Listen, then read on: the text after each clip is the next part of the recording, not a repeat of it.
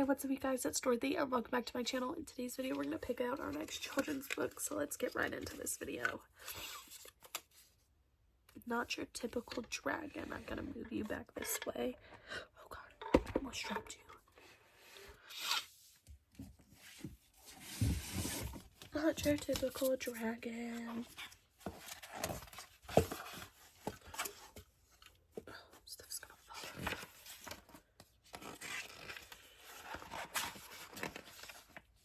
Crispy and Blaze was born into a proud family of fire-breathing dragons. Every Blaze breathes fire, explained his father. I breathe fire, your mother breathes fire. Tomorrow when you turn 7, you'll breathe fire too. The little dragon imagined all the forests he would burn down. He dreamed of all the castles he would destroy. He also considered boiling water to make tea, but he didn't tell his father that. The next day, Crispian sat among family and friends as a big cake was brought to the table. Who will light the birthday candles? His mother asked. I will, declared Crispian. He could feel a tingling inside his tummy, but when he opened his mouth, fire did not come out. Whipped cream came out. Crispian shouted. His father, dragons breathe fire. What will the neighbors think? Worried his mother.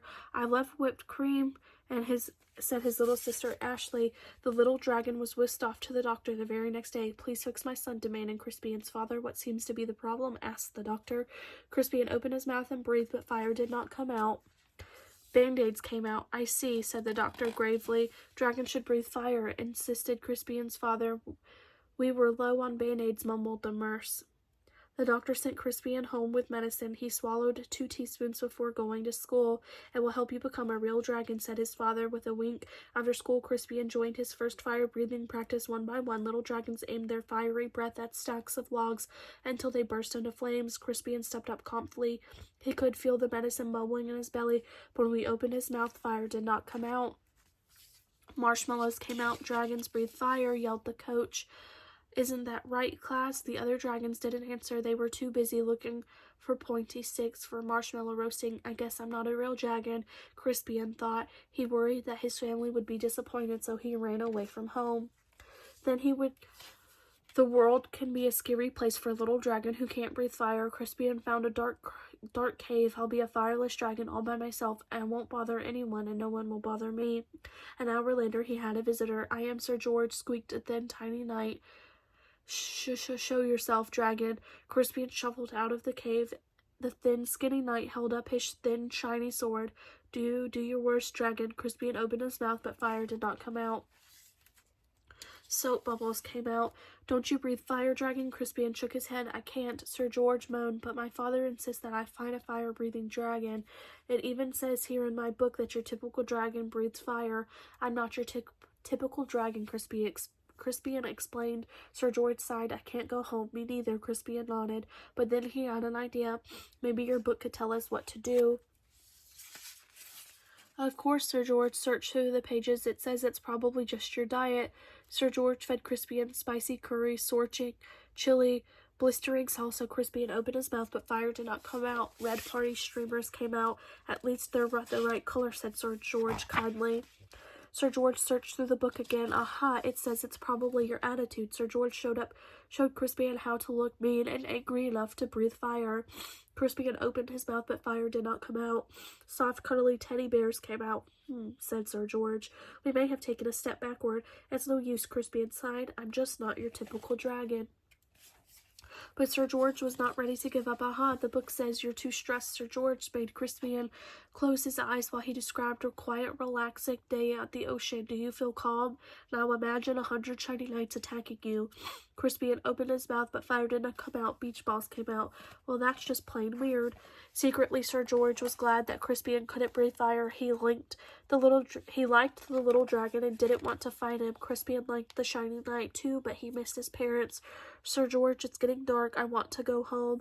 The shiny knight patted him on the back. Don't worry, little dragon. I will take you. Crispian's parents were relieved when he arrived home safely. Sir George was about to say goodbye when he heard a shout. There you are, boy. What on earth are you playing with a fire-breathing dragon? He's my friend, father, whispered Sir George, and besides, he doesn't breathe fire. A dragon that doesn't breathe fire? That's the silliest thing I've ever heard. The shiny man laughed. Crispian's father stormed out of the house. My son is not silly. He may not breathe fire, but I certainly do.